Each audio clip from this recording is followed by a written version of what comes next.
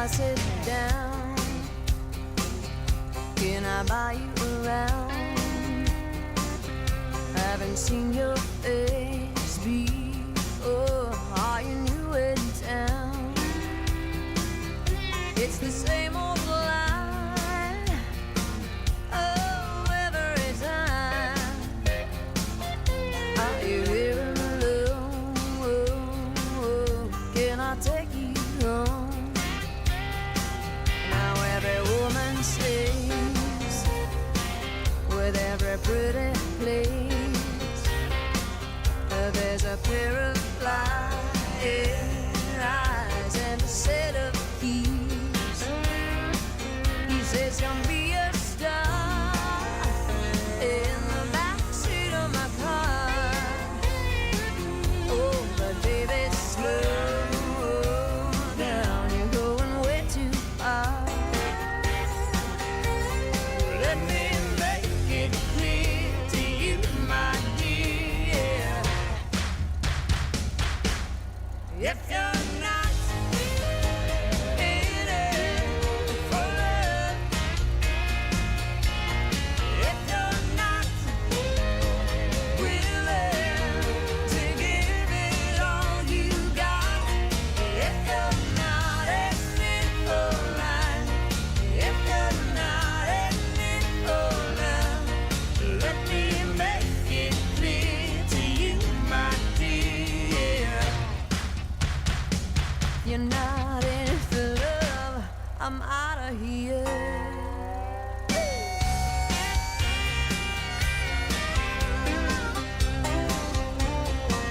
Babe, I can change your world, make you a cover girl. Yeah, you could be a heroine in a magazine. Now tell me what's your sign? Oh, always the same old line. I'll be a number 4 if you change your mind. Let me make it clear to you, my dear. If you're not in it for love, if you're not willing to give it all you got, if you're not in it for life, if you're not in it for love, let me make it clear to you, my dear. You're not in it for love, I'm out of here.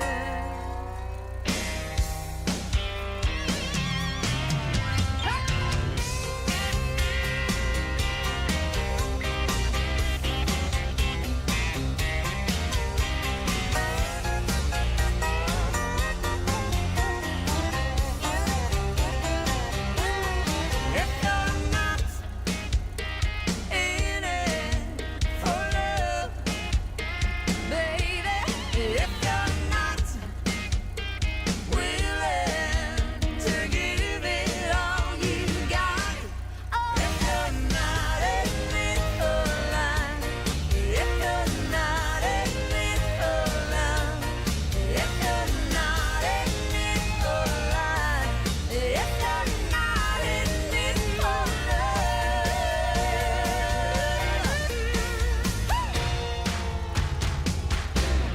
I'm out of here.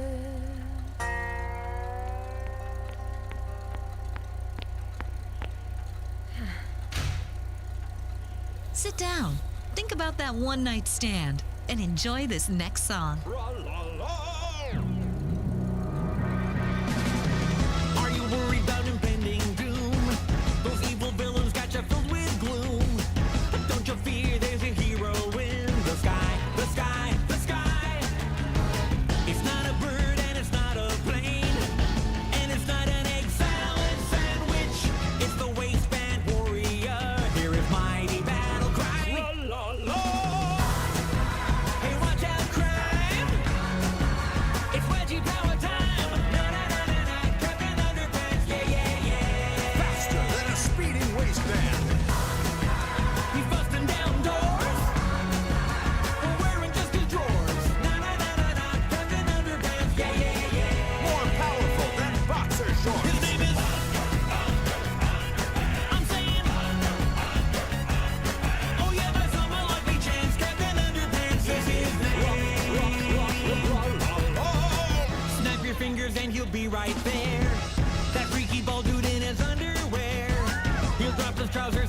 to save the day, the day, the day.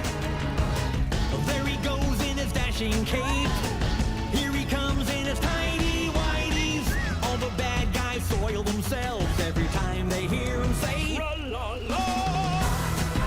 Hey, who's that hunk? Is that Cotton Tree Trunk? Na na na na na. Captain Underpants, yeah yeah yeah. Now it is time to fly again. Suspend your disbelief. You'll save the world in his briefs. Na na na na na. Captain Underpants, yeah yeah yeah. To the sky. I'm saying, check out that superhero stance. Captain Underpants is his name. Stand down, poopy pants. He's Captain. Get by some crazy circumstance. Captain Underpants is his name.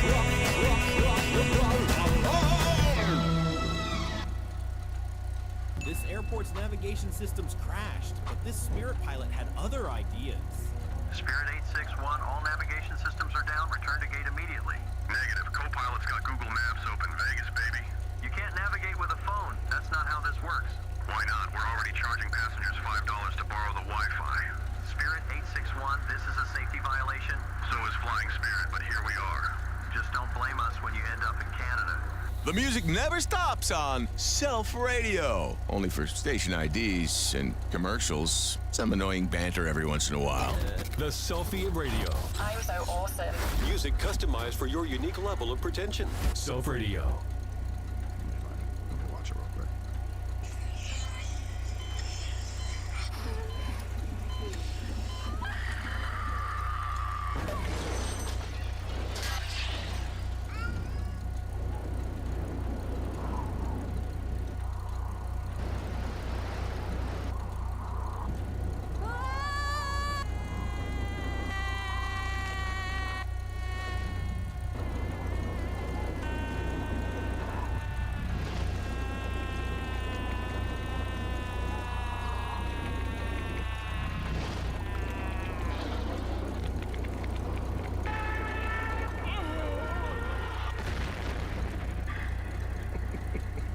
It's really good.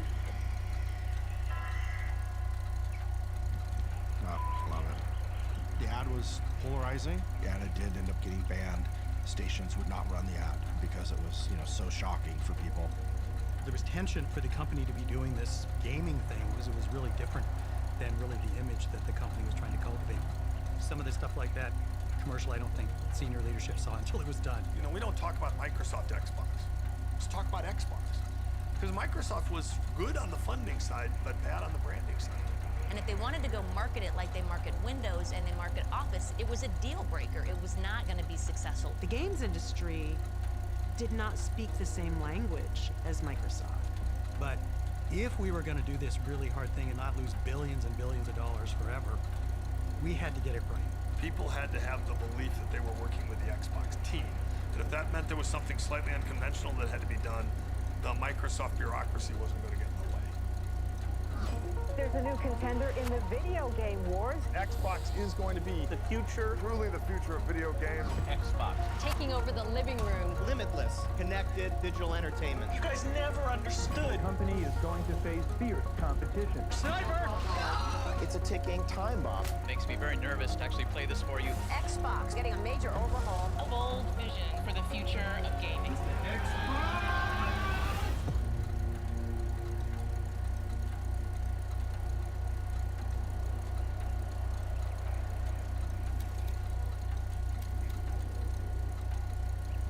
The Xbox is a breakthrough game console that ships in fall 2001.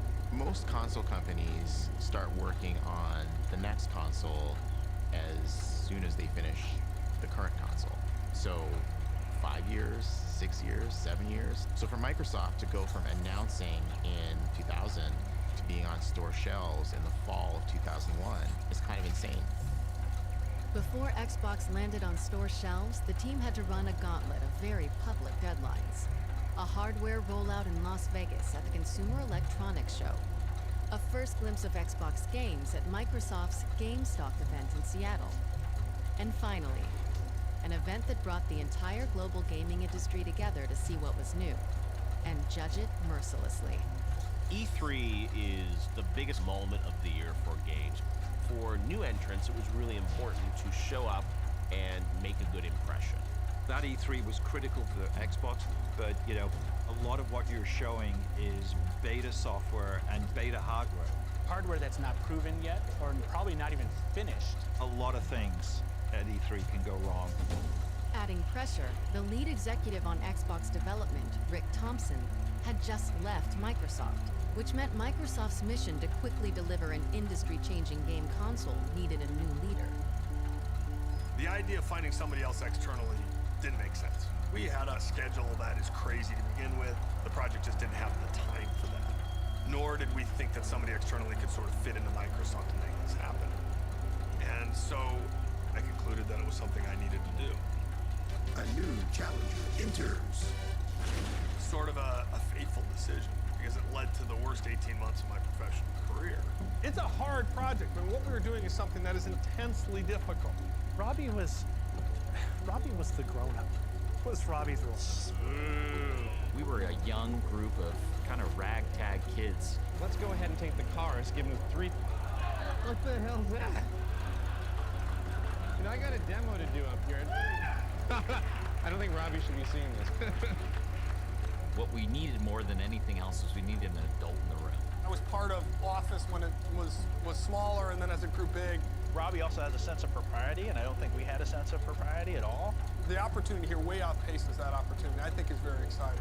He was the one inside of Microsoft that Bill Gates trusted with all the complexity and the cost and the risk involved in doing something like this. Robbie's a good guy. People can trust him. Doesn't break his word. However, everyone who comes into games can't be prepared for what it's like. And it's an entertainment business. The software doesn't just have to work and have the right features. It has to entertain also. This is hard. I had no clue what I was doing. I didn't play games. The business model I barely understood. We are launching an entirely new business, competing against 2 established competitors in one of the largest entertainment industries in the world. I was learning something new every single day. And that meant, obviously, I failed most days, too. And I think the next 6 to 8 weeks are going to be super exciting. A little challenging. I didn't think about how to plan for going from 20 people to 2,000 people. We went from 4 people to a dozen people to hundreds to, honestly, thousands involved in some way with the creation of Xbox. It was crazy. I mean, it was no time at all before I didn't know everybody in the organization anymore. When I think about it today, it just makes my head kind of spin sideways. Every week, I would hear about somebody I knew in the game industry that was moving up to Redmond to work in the Xbox. We just said, this all has to get done. We need bodies. So we hired people in bulk. We brought in teams of people. I remember thinking, this is a lot of people changing their lives for this effort. It's either got to be something that everybody believes in, and they're willing to uproot their families and get behind this initiative, or it's going to be one of the biggest cluster of all time.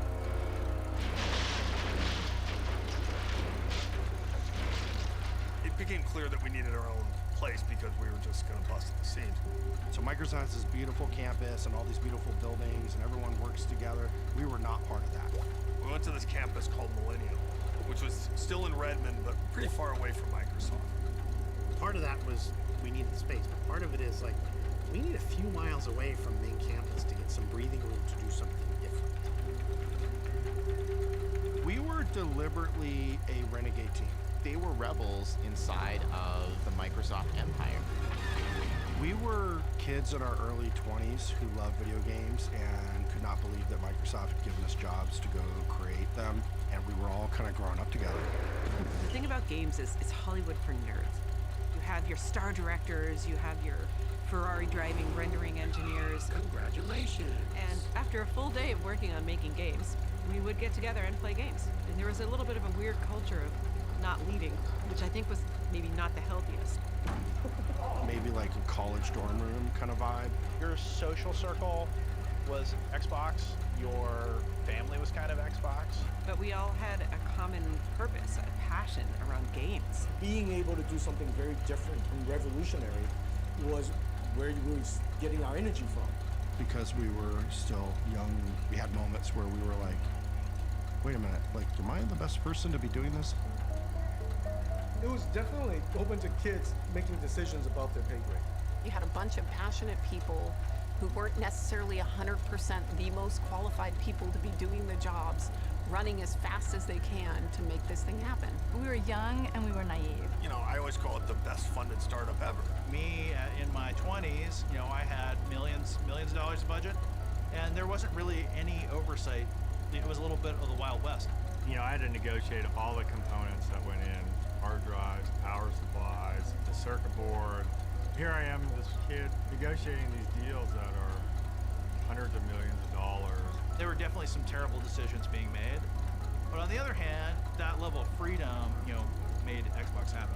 What resulted was sort of a weird combination of craziness and genius. My recollection of that time was being so fascinated by watching this big company around us try to wrap its brain around what it meant to be an entertainment brand. We didn't have a lot of interdependencies with the rest of the company. It was Robbie, right, that had to go over to main campus and deal with Microsoft people. One day, some executives came to visit the studio, and one of those people who came was Bill Gates. I showed him my cinematic tools and how I wrote scripts and how I laid down cameras in the engine. Bill spent time with Marty O'Donnell, our audio director. Chief, whatever you're gonna do, make it quick. Raining aliens! Oh, Jesus, why you do this to me? The hopes of all the Covenant rest on your shoulders, Chieftain. He spent time actually watching Marty play some of the themes from Halo. Dietat. Diepat.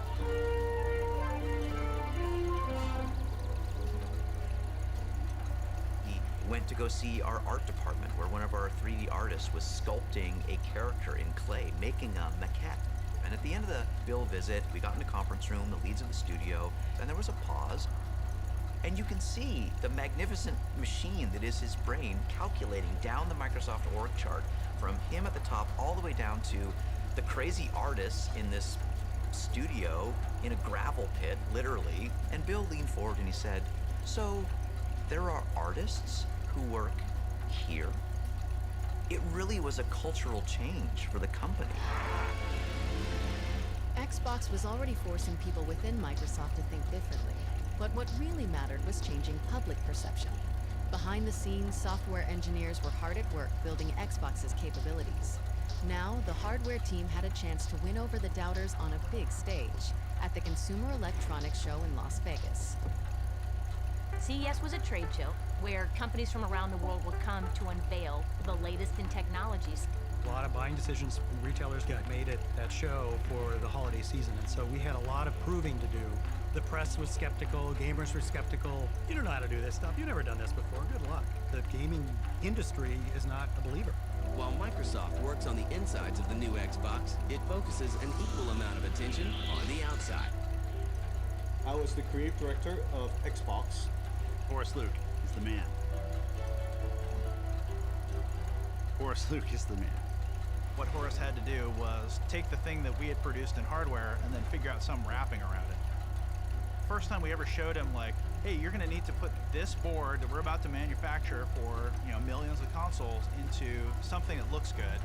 He's like, what the f? My office was where everybody brought their ideas, from the technology team to the design team to the management team. At the time that we were building the original Xbox, there were no other consoles with a hard drive or an Ethernet port. So how do we put something around this that vents heat, that survives a drop test, and looks cool? You have to fit all of this, of course, into a box that's not going to be giant sitting in your living room. It was a constant battle between the different groups. I went through thousands of different sketches, trying to jam it and shrink it in every way possible into a box. I remember him saying, like, well, maybe we just gotta slim it down, like, you know, we'll just dress it in black. Everything was very aggressive looking. The console itself was large. It was bulging on the top. It looked like the engine cowling on a Dodge Hemi. It was the physical embodiment of power, like no other console's ever been designed like this. It was quite a miracle to fit everything in that box. Looking back today, you say the thing is huge, but in comparison to the PC of the 90s, it was tiny. It is a small miracle that we actually were able to pull this up. And it looked awesome. 2001 Consumer Electronics Show is packed with every new gadget and gizmo about to hit stores. CES 2001 in Las Vegas, in the Convention Center Hall. Bill Gates was there. CES will actually give us a better idea of just where Microsoft is going to fit into the gaming market. For the very first time, Microsoft was going to get to show off its final Xbox hardware design. Good morning. Welcome to CES. Everybody felt like we were on the verge of doing something special, historic. For the first time, let me now unveil Xbox. But when you show up as the third entrant into the space with well-established competitors, you have to break out. You have to be bold. How do you unveil a product in a way that might surprise the world and get the world to see Microsoft doing something differently? If you smell what The Rock is cooking. The Rock says we decided to bring The Rock to CES. There was honestly some disbelief, like, Bill Gates, The Rock, like, what's going on here? Thank you, Bill. It was really like muscle-bound Hollywood meets, gamer geek of the tech world. Just might appear that The Rock and Bill Gates don't have a heck of a lot in common. Well, The Rock's here to say that can't be farther from the truth. The Xbox is everything The Rock is. Cutting edge, powerful, exhilarating. And they were funny together. Like, it actually worked. And they looked like they were best friends. I mean, The Rock doesn't impress easily, Bill, you know that, but I'm pretty damn impressed with what we're seeing here today. And considering that this Xbox at this moment is only running on 1/5 of the system's power, it's very impressive. Bill, do you have any idea what The Rock would be like if he were only running on 1/5 of his power? Well, I would think that... It doesn't matter what you think, Bill. I'm sorry, Bill. It's just a force of habit. Rock apologizes. It went well. We showed nothing, technically, but it started to build the excitement. We gave it 5 out of 5 stars. We really like the Xbox a lot. You throw in an 8GB hard drive, a 10100 Ethernet adapter, and you basically have the most powerful system on the block. The Xbox is really slick. With excitement building around the console, Microsoft was under tremendous pressure to build a portfolio of hit games before the Xbox launch. By the time they had announced that they wanted to do Xbox to the time when we needed to launch was an incredibly short period of time. We didn't really have the luxury of saying, start building a game from ground up. That was almost impossible. What we were looking for were games that were partially in development, ports already in development. We went out and started to look for developers all over the world. A barnstorming tour across North America, Europe, and ultimately Japan to create some sort of excitement around the console and convince game developers in particular that we could be successful. All right, boys, let's roll. One day we presented a new idea from a small game publisher that had come to us and said, hey, we want to dust off one of the 2D games that we had done for PC. We're going to really invest in it. We think it's going to be really exciting. And these newly important executives in Xbox who would review all the pitches from publishers and developers, they said, I don't think that game are going to be able to make the transition from 2D to 3D. They felt that it was complicated. They didn't really understand the user interface. They thought that it was based on a game that hadn't been all that successful. To my surprise, it was rejected. And that game was called Grand Theft Auto 3. It ended up selling 14.5 million units. It was the top-selling game of 2001 and would have been the top-selling game of 2002 if it wasn't beaten by its own sequel. It was the pass heard around the industry. Despite seeing Grand Theft Auto 3 go to PlayStation, Microsoft was still well-positioned to attract other developers to its platform. We needed a vibrant and strong third-party lineup of games that customers would love, and we wanted the industry to look at us as something that was going to be worthy of development. We wanted to have the very best games. On March 13, 2001, Microsoft put their commitment to developers on public display at their GameStock event in Seattle. Thanks and welcome to GameStock 2001.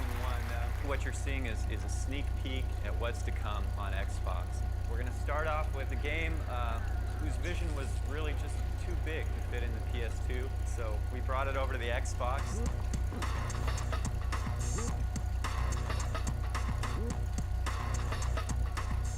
Our characters certainly aren't the muscle-bound superheroes, you know, that we want to be. They're more like the poor, sad schmucks that most of us really are. Getting Oddworld, that was important. It was an established PlayStation franchise, beloved by the console game community. That's the last damn Gambit there is!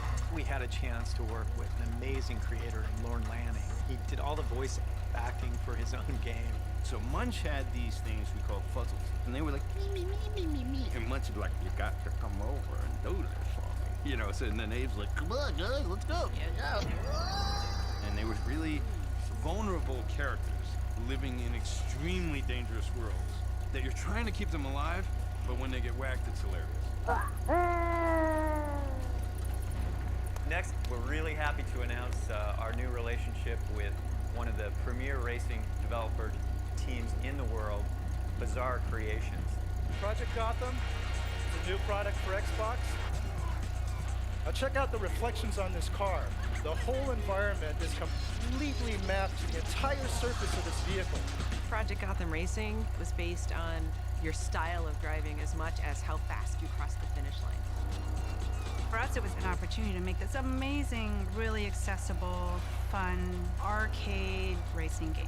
It's a really important part of our launch, and that was just the beginning. Hardcore, freestyle, snowboarding.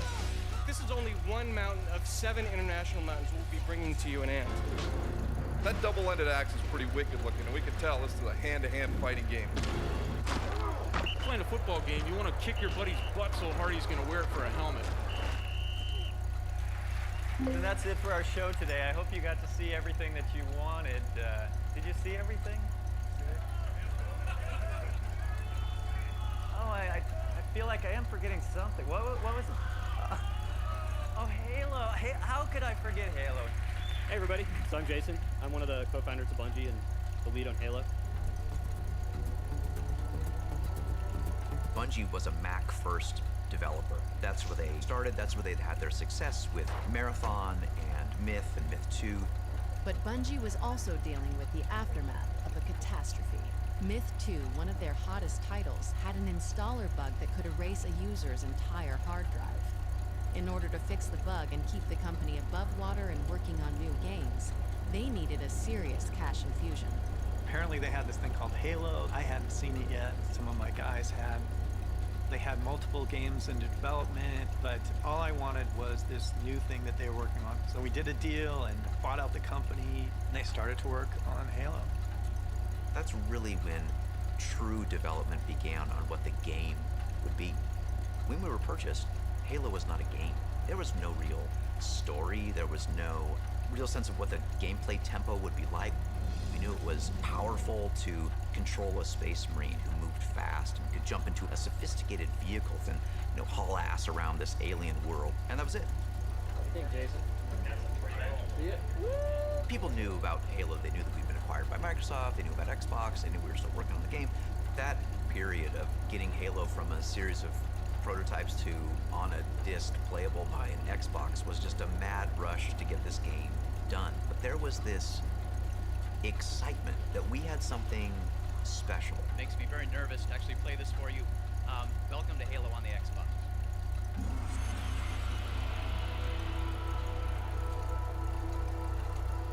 We started off that demo showing you flying to the land in a Covenant ship, running around the environment, getting in a vehicle, doing all those, building block Halo things. But we had our test environment, what we call the B-30, the island map in the middle of the water with Halo in the background.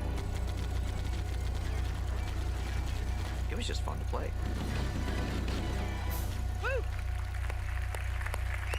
GameStock was that real first coming out party for us, and it was just that moment where I think the whole organization began to wake up to, oh, there's something really special here.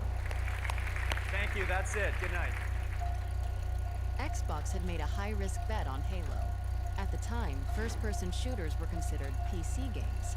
The only right way to play was with a keyboard and mouse. At the time, people thought, well, how are you going to translate, mouse and keyboard game into a console game? Dual stick first-person shooters had almost never been done on a console. I remember right before the demo, Ed was very clear. He's like, hey, when you're playing, make sure that people see the controller. What we need to demonstrate is you can play a shooter with thumbstick, maneuvering around the environment.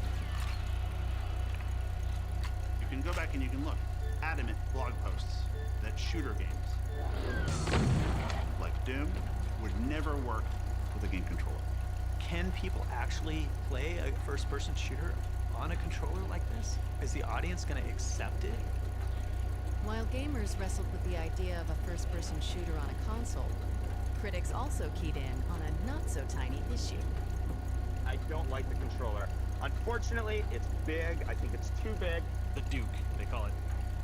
The Duke wasn't a small controller. It didn't feel cheap. It felt like you could kill somebody with it. You had to have gorilla hands to work with this thing. It was the industry's biggest game controller. The Duke controller was like a newborn baby. I mean, the thing is like 9 pounds, 3 ounces. You had to kind of hug it. As an adult with big hands, you can hold it farther back and it's really comfortable and cool. It was done bass-ackward, as most things were on the original Xbox. To get to that design, we kind of used the human factors ergonomic approach. For those of us with smaller hands, we all thought, oh my God, did all these guys just sit in a room and go, oh yeah, this is gonna be great. It was like, oh, yeah, this is totally not gonna work for us. And it was like, okay, this is a problem. Perhaps we didn't take into account a full range of hand sizes. There's no way we could ship Duke in Japan. People couldn't use it there. There was almost a plea, Carlson, you've got to find a way to make this smaller, please. We knew it wasn't the right thing, but we didn't have enough time.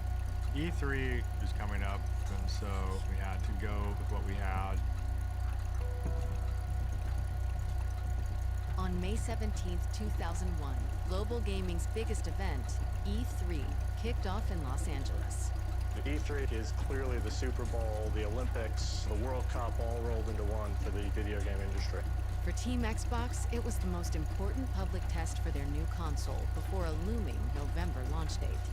We're trying to make an impression at E3, and we don't know what hardware we're going to be able to show. And are we going to try to show a lot or a little? Should we show games at all? We were heads down, focused on having all of our games prepped for E3, and it nearly killed us. It's Broadway, it's opening night.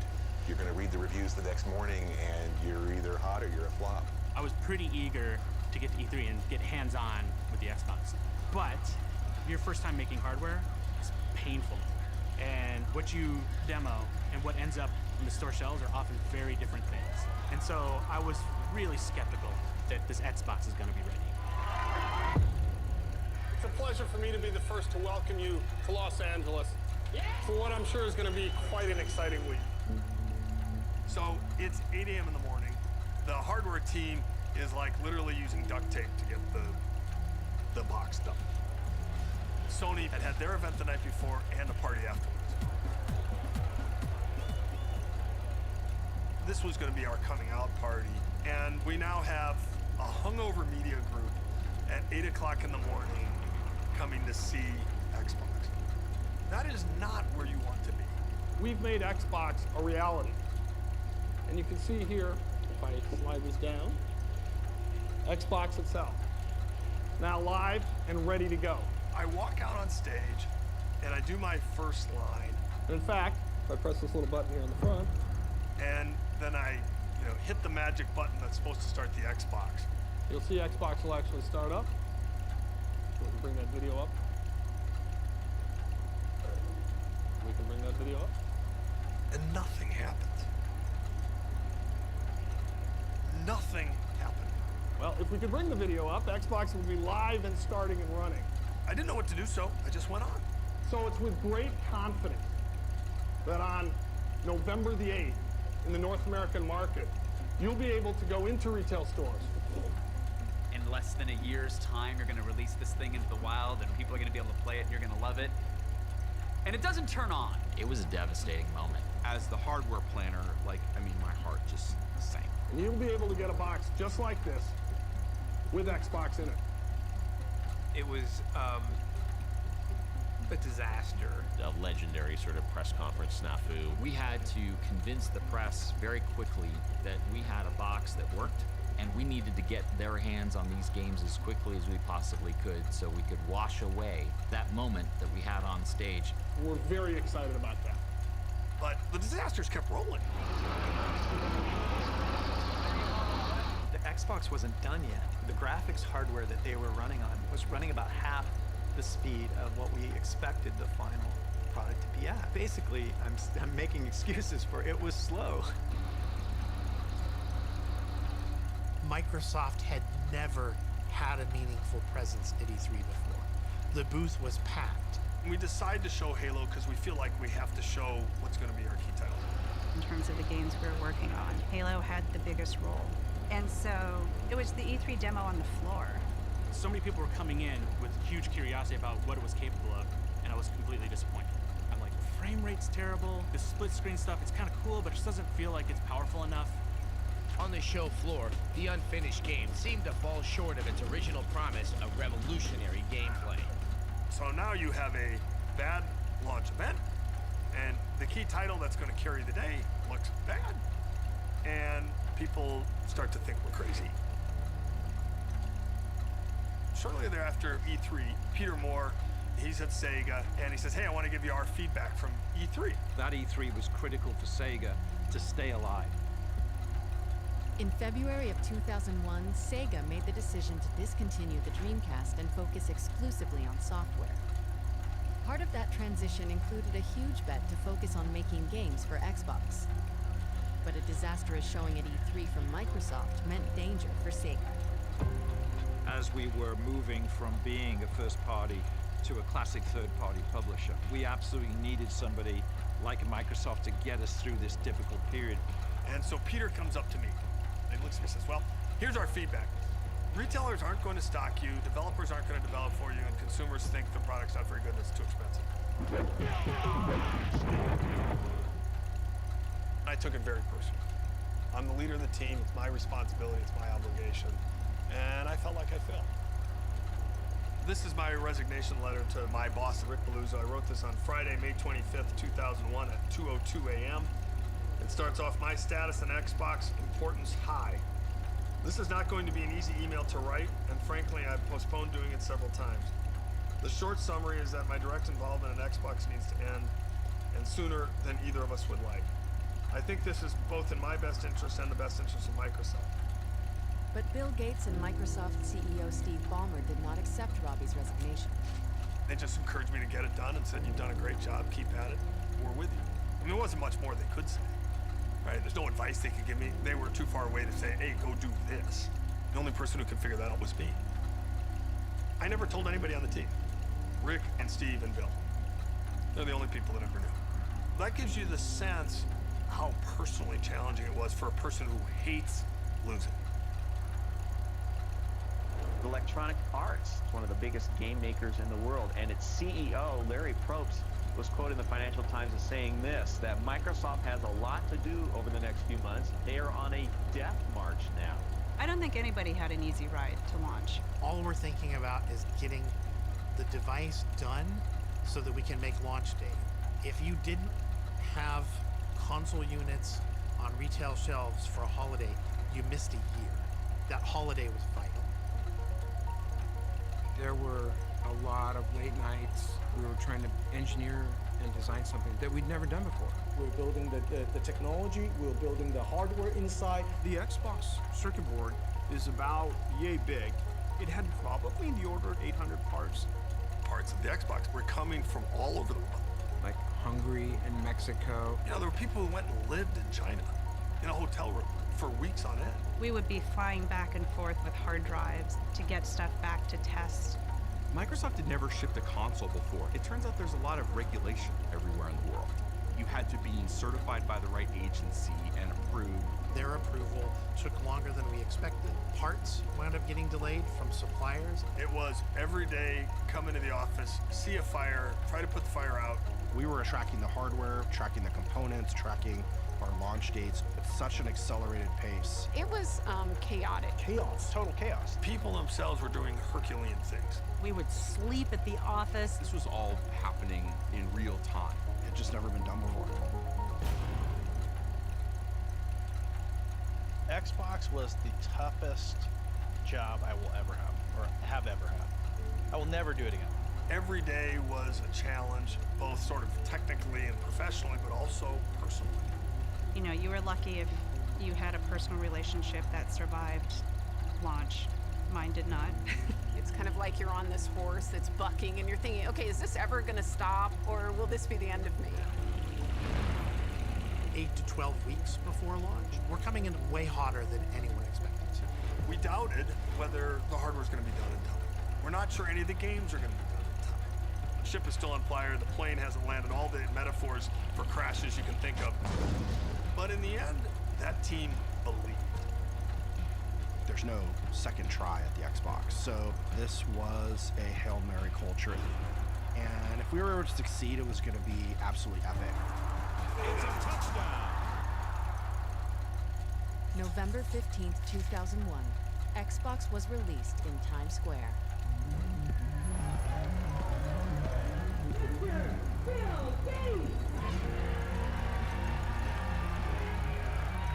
We painted Times Square green. Everywhere you looked, you saw the Xbox green logo. Xbox was up on all these big billboards. One of those moments in your life you're never going to forget. Here we are, a huge line of gamers down the street waiting to buy this Xbox. 20 years old, first time going to the city alone. I get on a bus and I show up in Times Square. I go straight to the new Toys R Us and I'm looking for the line. I'm prepared to stay there all day.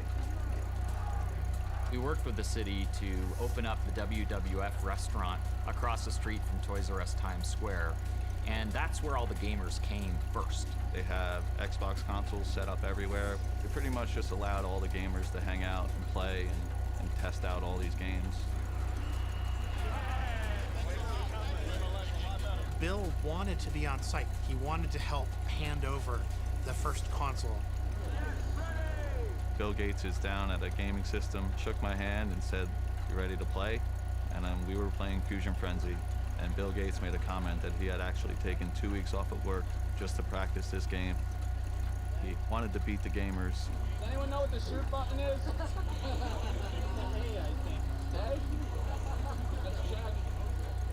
He couldn't beat me. I absolutely took pleasure in beating Bill Gates, yes. Thank you for this. Been waiting a long time. Everybody got a tag on their wrist. And when your color was called, we brought you across the street to Toys R Us, and Bill was there to hand out the very first Xbox. Tonight's kind of a celebration. It's after a lot of hard work. So they count down. Bill Gates has it rung in on the register. Price is up there, $299.99. One hits, and he hands me the box and says, "Don't worry, I'm buying it for you." I turn around with even more excitement and raise my prized possession over my head. Edward Glucksman became the first gamer in the world to ever own an Xbox. It was a magical night. I'm a 20-year-old kid looking for a console. That's all I wanted to do. First time going to the city alone, I managed to get sent home in a limo. It's a celebrity. Every night. That's right. They actually did it. You know, Microsoft actually built and delivered this thing. The feeling was like, you know, crying level of exhaustion and intense pride for the thing that we had made. There's never been a prouder moment in somebody's early career. You know, I still have goosebumps today thinking about it. I tell people that faith is a force multiplier. That team believed. And because that team believed, Xbox got done. If that team doesn't believe and they're just there doing their jobs, we never finish. That small group of big personalities managed not only to convince Bill Gates and the board that we wanted to get into this nascent industry, but they also managed to get an entire organization of game people created and pointed in the right direction. In the subway, the whole station is covered in Xbox logos. I had to sit down and started to cry, and even Kevin got emotional. It was an impossible task that we should not have been able to do. I was tremendously proud of it. But at the same time, that was the end of that special moment in time that we were all able to be part of. It was the end of an era. With the Xbox out of their hands and into living rooms around the world, Kevin Backus and Seamus Blackley left Microsoft for new adventures in the game industry. Microsoft Xbox went on sale at midnight, but when it comes to video games, it's not the system that counts, it's the games. Nobody actually really cares about the hardware. All they care about is the content. To be successful, you have to give the gamers that platform-defining title. That you had to go out and buy an Xbox if you wanted to play. Halo was like this gem, like this was going to be the diamond we offered up at Xbox launch. But remember, Halo showed up at E3 6 months before the game was supposed to launch with pretty serious frame rate issues. Why is it running like internet video from the early 90s? We got hammered for how it showed up on the floor. This is our lead title. Are we going to actually launch something that is this terrible game? I think there was a bunch of panic. People didn't see what they expected. That was the part where people actually got super worried. There was an incredible amount of pressure on Halo. If Halo wasn't a hit, then the future of Xbox really was in doubt.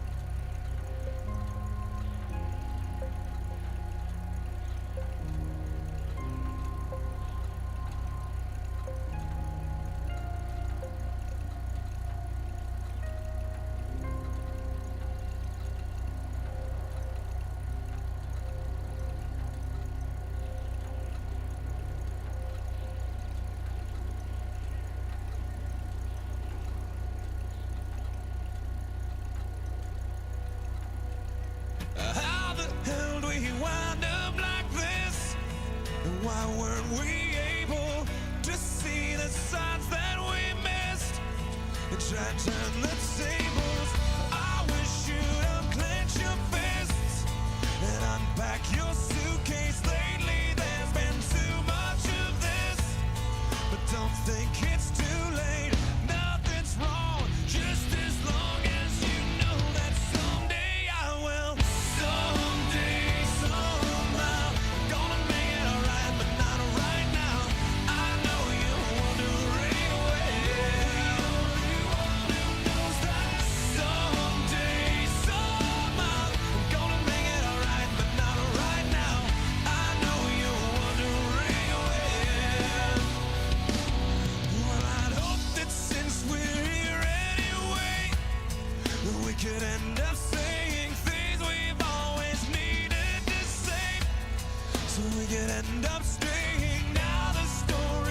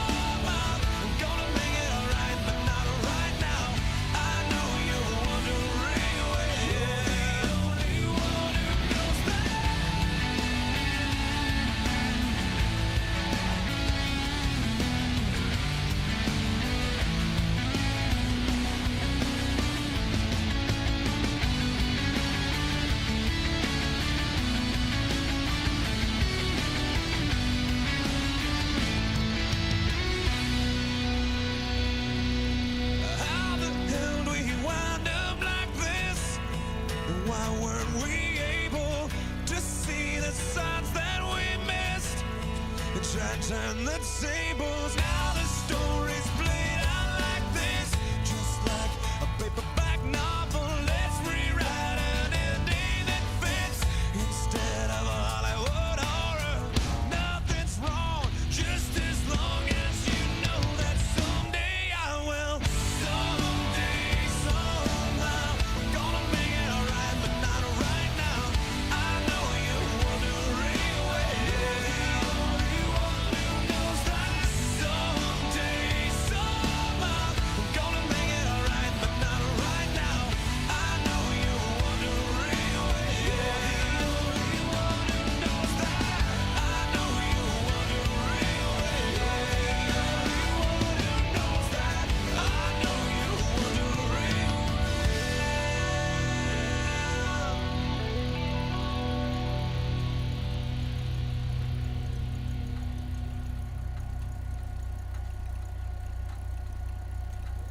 I bet you were feeling nostalgic for that track. You've won. You're in charge now. Finally, it's all about you. Self Radio. Ahoy, everybody! SpongeBob here. Christmas means presents and mistletoe, sharing and caring. So during this most festive season, please, don't be a jerk. Bring joy to the world, it's the thing to do. But the world does not revolve around you. Don't be a jerk. It's Christmas. There's a sign above the line that says express. That means 10 items or less. Don't be a jerk. Don't be a jerk. It's Christmas. Be nice to babies and animals, old folks too, 'cause that's how you'd like them to treat you. Use turn signals, don't screen my calls. Don't you wreck the house when you deck the halls. Spit your gum where it won't wind up on my shoe. Squeeze toothpaste from the bottom of the tube. Don't be a jerk. Don't be a jerk. It's Christmas. It's Christmas.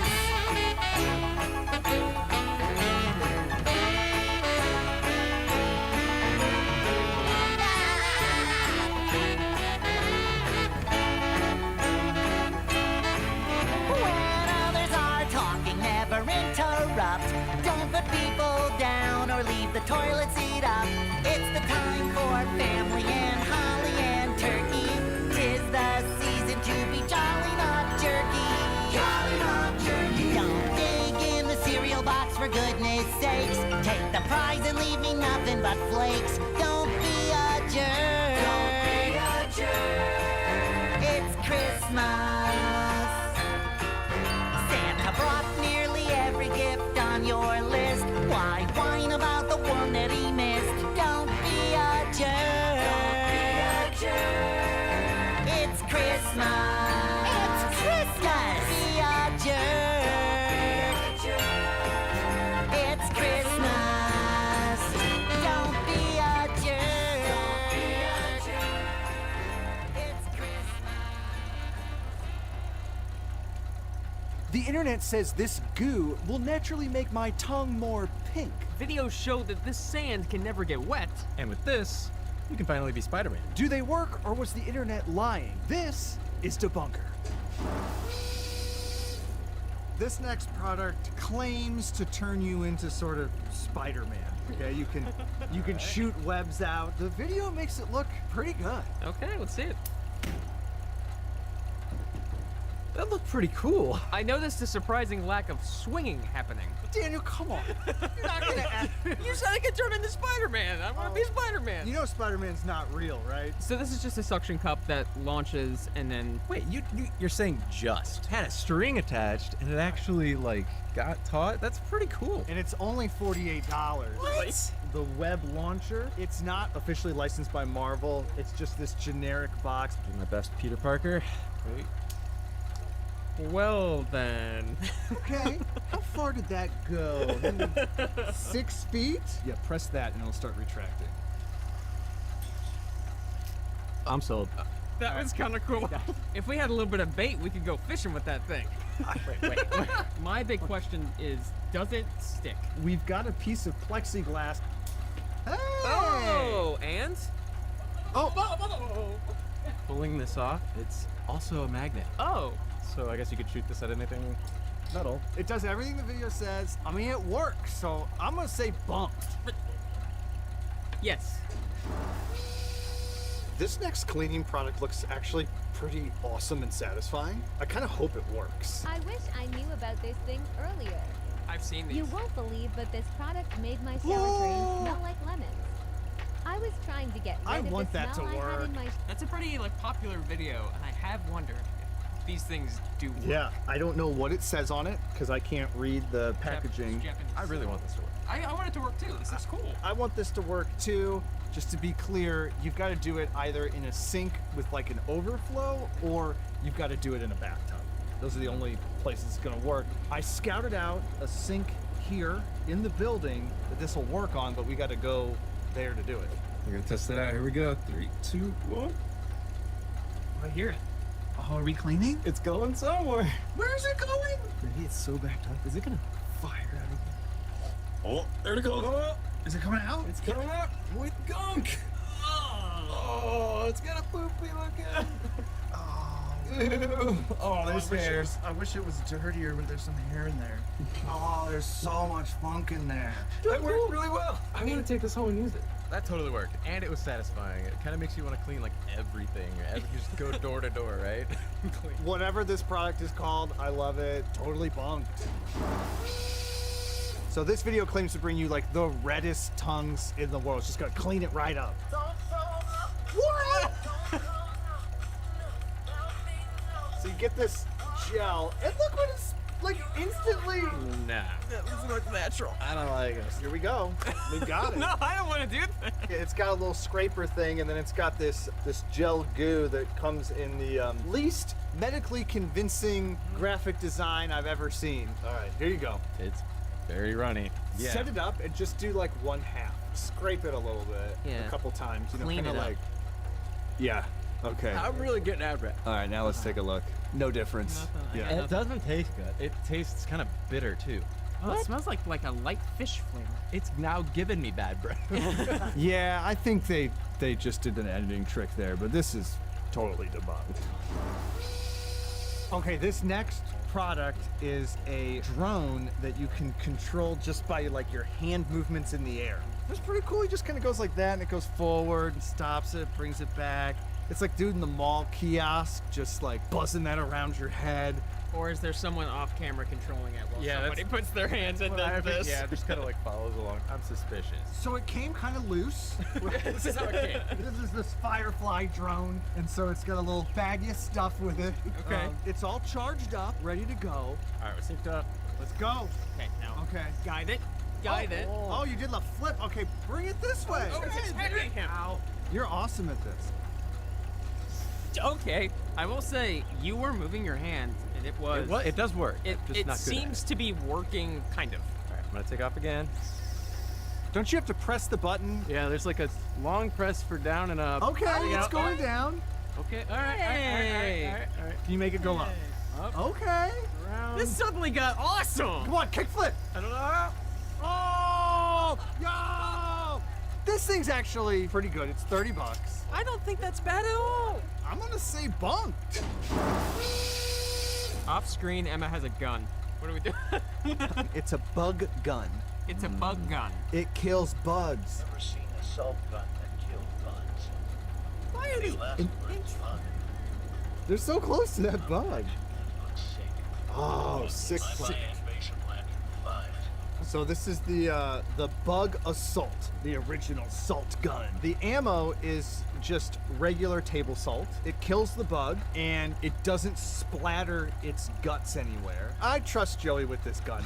Daniel, I'm sorry. Okay. You're gonna have to give that to Joey. All right, I'm sorry. You can load, Sorry, load Mom. her up. The old chamber. Hit my hand. Let me see if it hurts. Oh! Ow! That hurt a lot. That scared me a lot. Oh, I didn't think that would hurt at all. It burns. Somebody else shoot themselves, please. I need someone else to feel it. Okay. Wait, that's your toward me. God. The pinky. That stings. That stings. That stings. So how far does this shoot? Because on the video they were like right here. Of course that's gonna do it. Their website says about 3 feet, but I do wonder how much you want to just have salt all over your house. This overcomplicates things quite a bit. Because you could just hit them. Yeah. But this is fun. Yeah. We've rigged up something for you. Joey, fire away. All right. Let's do this. Oh. Okay. Ooh. That's 3 bugs. Done. Shoot a couple in. I just want to see how much salt is coming out. We can even tell. You can see the salt right here, kind of in the bottom. Yeah. So like it's dispensing a decent amount to do some bug damage. I don't know if I love the idea of the salt. In terms of the video, I would say this probably would kill a bug. Oh yeah. Especially that close up. Absolutely. It's $40. I'm probably out in terms of buying it, but it totally worked. So I'm gonna say bunked, but expensive. This next product is actually an app. The claim it makes, if it's true, is pretty awesome. What is this app? It's Flash App Pro. It can turn your phone into a projector. What? On iPhone? What? How do I get it? It's super easy. First, like and share. Then check Yeah. I literally don't think there's a way to do that with just the phone. We did a little research. Feels like it's probably a virus. I want you to take another real close look at this video and see if you can figure out what they're doing. Because it looks like it's turned it into a projector. The timing is a bit off. Yeah, notice how the projected image is being blocked by him. How would that be possible if you're actually projecting it? His phone would move and then this would move. Right, that shouldn't be happening. So the app itself, totally a virus. No one should ever download it. This is a scam, totally debunked. So a lot of the products we've shown you so far today are too good to be true, but not this next one. This is the Pyro Mini. I love this product. This is a wrist-mounted fireball shooter. Made a couple videos for this guy and they work. They shoot little fireballs. Oh! Oh! Pretty cool. Okay, let's move on to some terrible stuff. The claim this video makes is so good. It's a car seat cover, but then they brought the eggs in. Okay, check it out. Oh, ouch! Right, so hot. So you put this thing down. With your egg. With the egg, but look, it's so soft.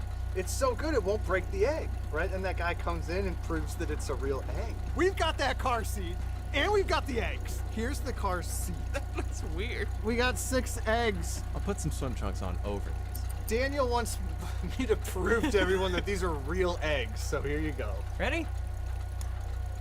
It's a real egg! Give another real egg to Joey.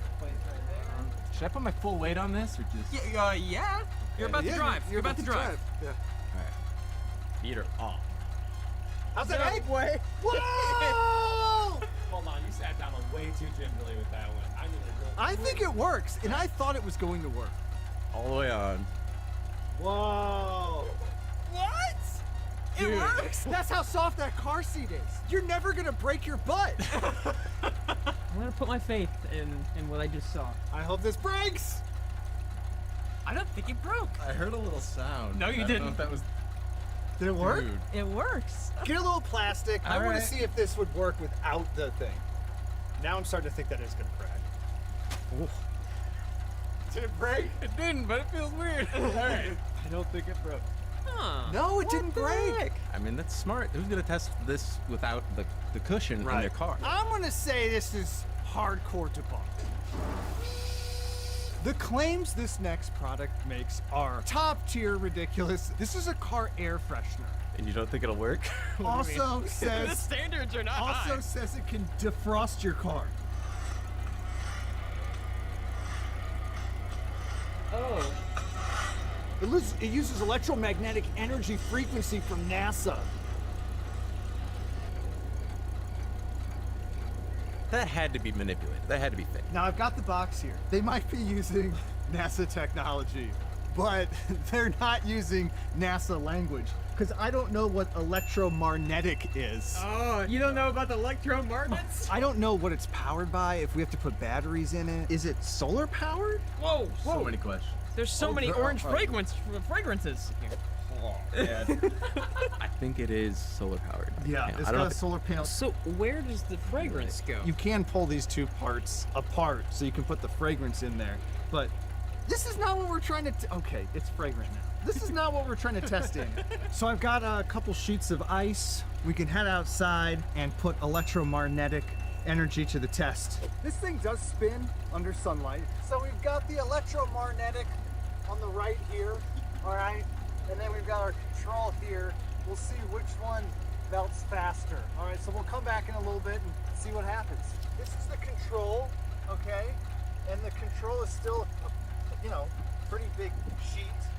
And then the one with the electromagnetic, okay, also has one big sheet of ice here. I mean, this isn't the most controlled scientific experiment here, but I think we've proven this is not. This is totally debunked. Yeah. This is trash.